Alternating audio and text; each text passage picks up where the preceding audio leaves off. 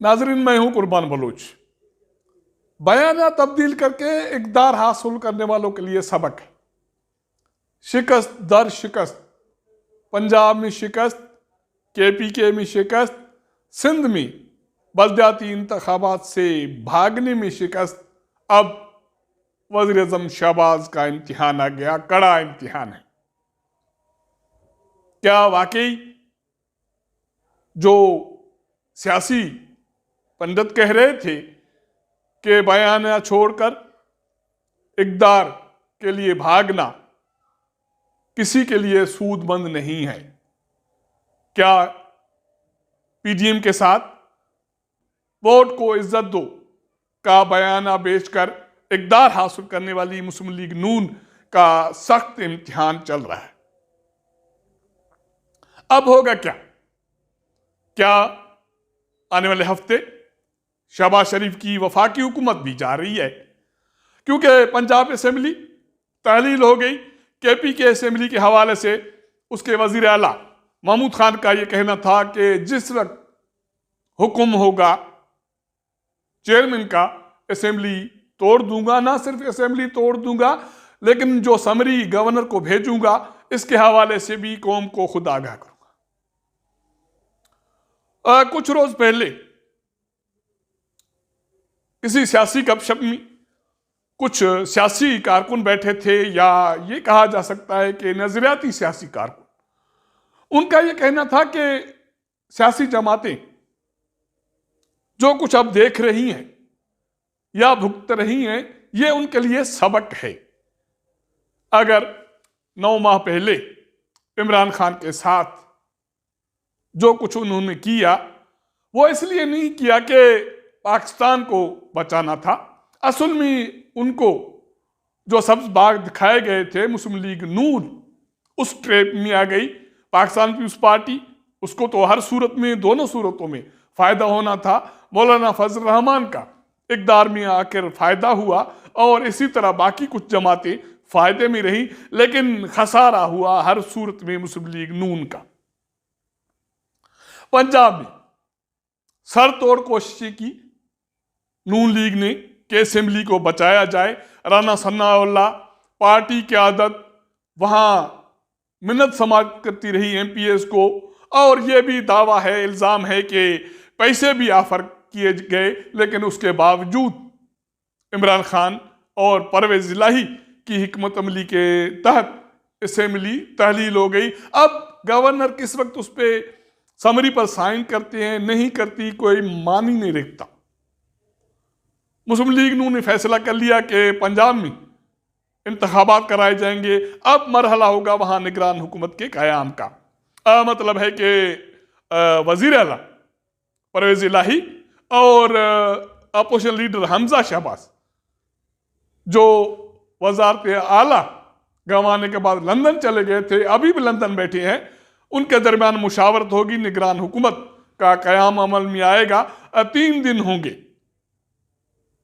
इसके हवाले से अगर कायदे ऐवान और कायदे हिज़्ब इख्तिलाफ के दरमियान कोई सुलह नहीं होती, कोई एग्रीमेंट नहीं होता, तो फिर दोनों रहनुमा 2-2 नाम स्पीकर को भेजेंगे। स्पीकर 6 रुकनी कमेटी कायम करेंगे, और वो 6 रुकनी कमेटी उन 4 में से एक वजीर आला के लिए नामजद करने की सिफारिश करेंगे। एक आईनी प्रोसेस है, ये तो होना ही है। अब जो सूरत हाल गंभीर है, जो कठिन है, वो ये नहीं है कि पंजाब असेंबली, अब पंजाब असेंबली में इंतखाबात ओके, लेकिन नून लीग के लिए ये आसान रास्ता किसी सूरत में नहीं है। कहा यह जा रहा है कि मुस्लिम लीग नून जो ऐलान कर रही थी कि पार्टी के कायद मियां नवाज शरीफ जनवरी में आ रहे हैं, पहले हफ्ते में आ रहे हैं, दूसरे हफ्ते में आ रहे हैं, और उसके बाद ये ऐलान किया गया कि पार्टी की सीनियर नायब सदर मरियम नवाज रवां माह के तीसरे हफ्ते में आ रही हैं। लेकिन अब इतलात ये हैं कि जो सूरत हाल तब्दील हुई है पंजाब में सियासत के हवाले से, अब मुस्लिम लीग नून के कायद मियां नवाज शरीफ वतन फिलहाल वापस नहीं आ रहे, और डर ये है, अनुमान ये है कि शायद अब मरियम नवाज भी वापस ना आए। अब ये तो सूरत हाल होगी पंजाब की। सिंध में हुक्मरान जमात पाकिस्तान पीपुल्स पार्टी ने यह कोशिश की कि वहां हैदराबाद और कराची के जो बलदियाती इंतखाबात हैं वो हर सूरत में मुलतवी हो जाए। डर क्या है, डर क्यों है, ये एक बड़ा सवाल है। पाकिस्तान पीपुल्स पार्टी ने इलेक्शन कमीशन ऑफ पाकिस्तान को 4 मरतबा रुजू किया, 2 मरतबा कामयाब रही, इंतखाबात डिले हुए। उसके बाद पिछले 1 हफ्ते में 2 दरखास्तें दे दी गई कि 15 जनवरी मतलब कि कल जो कराची और हैदराबाद में बलदियाती इंतखाबात हो रहे हैं वो मुलतवी किए जाएं, लेकिन नाकामी हुई, शिकस्त हुई।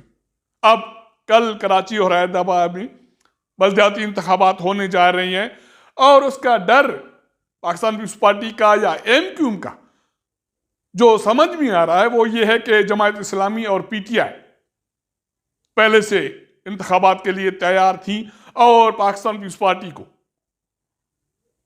कराची और हैदराबाद के बलदियाती इंतखाबात मुलतवी कराने के हवाले से जो कोशिशें हुई उन्होंने की, उनका नुकसान होगा, नुकसान हुआ है। एमक्यूएम को वैसे ही बहाना चाहिए था। मैंने 15 दिन पहले कहा था कि एमक्यूएम वो दुल्हन है जो नाराज हुई बैठी है, अब सिर्फ पेके से बुलाने का इंतजार है, और जो धड़े थे लिसानी मुहाजिर नाम पर सियासत करने वाले, उनका इंतजाम हो गया।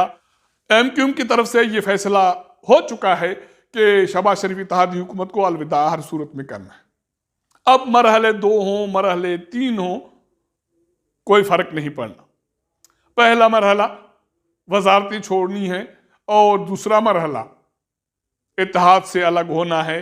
इत्तेहाद से अलग होने का मतलब है कि अगर वज़ीर आज़म शहबाज शरीफ, जिसने वज़ारत उज़्मा के इंतखाबात में 174 वोट लिए थे, उनमें से 7 वोट निकल जाएं तो मियां शहबाज शरीफ को भी घर जाना पड़ेगा। तो क्या सबके घर जाने का वक्त आ गया है?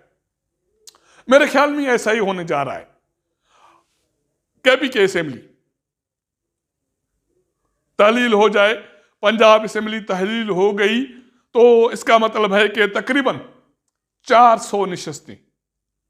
अब कौमी असेंबली में अगर एमक्यूएम शहबाज इत्तेहादी हुकूमत से अलग हो जाती है तो शहबाज शरीफ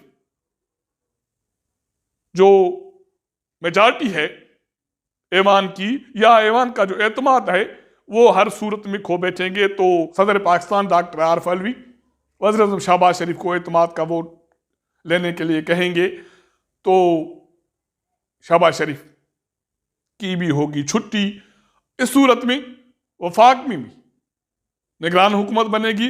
अब निगरान हुकूमत के हवाले से वफाक में क्या तहरीक इंसाफ या इमरान खान ने कच्ची गोलियां खेली हैं कि राजा रियाज और वज़ीर आज़म शहबाज शरीफ निगरान हुकूमत बनाएंगे? मेरे ख्याल में ऐसा नहीं होगा। हिकमत अमली ये है कि तहरीक इंसाफ वापस आएगी ऐवान में। शहबाज शरीफ जैसे एतमाद का वोट लेने में नाकाम होंगे तो पीटीआई से अपोजिशन लीडर हो जाएगा। अब उसके बाद वज़ीर आज़म शहबाज शरीफ और पीटीआई के अपोजिशन लीडर के मुशावरत से वफाक में निगरान हुकूमत बनेगी। केपी के में निगरान हुकूमत, वफाक में निगरान हुकूमत, बाकी 2 सूबे बचेंगे, सिंध और बलूचिस्तान। तो क्या 2 सूबों में सियासी अमल से ये जमहूरियत का अमल अपनी मंजिल पर पहुंचेगा? तो फिलहाल ऐसा मुमकिन दिखाई नहीं दे रहा। दिखाई ये दे रहा है कि नए इंतखाबात मार्च में हों, अप्रैल में हों, मई में हों, नोश्ता दीवार हैं। और जिन सियासी जमातों ने अपना बयाना छोड़ा उनके लिए ये सबक है कि शॉर्टकट किसी सूरत में कामयाबी नहीं है। और वही सियासी जमातें जो इक़्तिदार किसी के कंधे पर चढ़ के आई हैं, वो सियासी जमातें, उनके कारकुन, उनके जो साथी, या ये कहा जा सकता है कि उनके साथ देने वाले, आजकल पिंडी से, एस्टेब्लिशमेंट से नाला है कि वो गैर सियासी क्यों है, गैर जानदार क्यों है। इमरान खान इतनी दीदा दिलेरी से ऐसे सियासी फैसले कैसे कर पाते हैं कि पंजाब की असेंबली उन्होंने तहलील कर दी और उसको कोई रोकने टोकने वाला नहीं रहा। अब तक के लिए इतना। अगर हमारा ये व्लॉग आपको पसंद आए तो अपने दोस्तों के साथ ज़रूर शेयर कीजिएगा, अपना फीडबैक दीजिएगा। आपके साथ मुलाकात करेंगे अगले प्रोग्राम में, तब तक इजाज़त दीजिएगा। अल्लाह हाफ़िज़।